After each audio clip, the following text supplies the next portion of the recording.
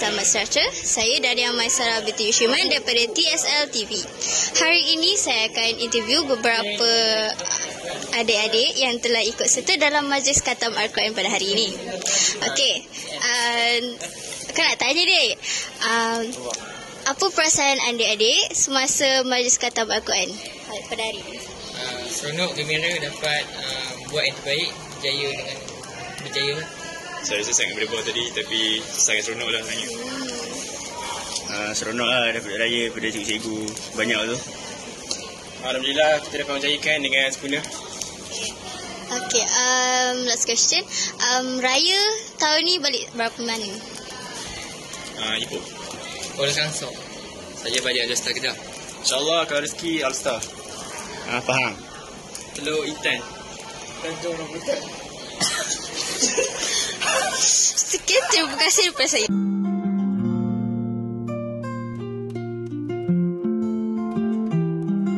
Apa perasaan cikgu sepanjang cikgu berkhidmat kat sekolah ni, dan adakah cikgu berpuas hati sepanjang cikgu berkhidmat kat sekolah ni? Amboi, soalan macam ikut skrip.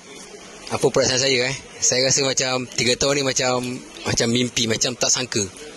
Saya masuk ke sekolah ni, niat saya lain. Saya nak buat benda lain. Tetapi pengurusan sekolah ni dia channelkan saya kepada benda lain. Dan apabila saya dapat benda lain yang diberikan oleh pengurusan sekolah tu, hasil dia lebih better daripada apa yang saya planningkan. Saya tak sangka saya akan mendapat kejayaan-kejayaan, anugerah-anugerah yang macam ya tinggi lah kan, dengan saya yang baru posting lagi. Itu je lah, saya rasa macam mimpi, dan saya tak sangka selama 3 tahun kat sini saya boleh pergi sampai level 2. Okey cikgu. Terima kasih cikgu. Habis dah? Habis dah. Okey, terima kasih cikgu. Apa perasaan cikgu-cikgu semasa bekerja dengan cikgu Hakim? Baik, dengan Cikgu Hakim, sepanjang bekerja dengan Cikgu Hakim selama lebih kurang 3 tahun daripada 2022 sampai 2025. Cikgu Hakim ni, apa yang cikgu tengok, dia seorang yang all-rounder. All-rounder, boleh buat banyak kerja, banyak tugas, dan dia juga very focus. Okay? Bila satu-satu tugas tu bila buat tu, tengok dia buat kerja dengan memang bersungguh-sungguh lah. Okay? Jadi pada pandangan saya, Cikgu Hakim ni ada talent, orangnya pun masih muda. Mudah-mudahan Cikgu Hakim akan lebih cemerlang di sekolah lama, di sekolah yang baru nanti, dan begitu juga yang seterusnya lah dalam karier perguruan ni. Mudah-mudahan Cikgu Hakim akan jadi seorang pendidik yang berjaya lah, insyaAllah. Itu saja. Saya pula menyokong kenyataan Cikgu Khalil. Itu cikgu menyokong lah. Daripada pandangan peribadi cikgu, bagi saya Cikgu Hakim sangat independen, dan juga sebarang job yang dia dapat, dia akan usaha buat yang terbaik. Maknanya kalau setiap job dia dapat tu, dia akan usaha sampai boleh. Maknanya kalau dia kata, bukanlah dia merungut. Maknanya kalau orang yang alert kata itu ada tugasan, mana orang tu pedulikan tugasan tersebut. Kalau orang yang anggap mudah ni, dia tak akan anggap itu sebagai job. Dia akan buat tak tahu saja. Ini dia akan anggap ini serius, sebab dia akan usaha jadikan sesuatu itu yang terbaik. Semoga suatu hari nanti Cikgu Hakim boleh jadi lebih daripada seorang guru. Maksud cikgu peringkat lebih atas, mungkin akhirnya sebagai seorang pengetua, ataupun lebih daripada seorang pengetua. Okey, sekian daripada cikgu. Ustaz pun dah cakap pun tak banyak lah, sebab banyak dia orang cakap benda-benda tu.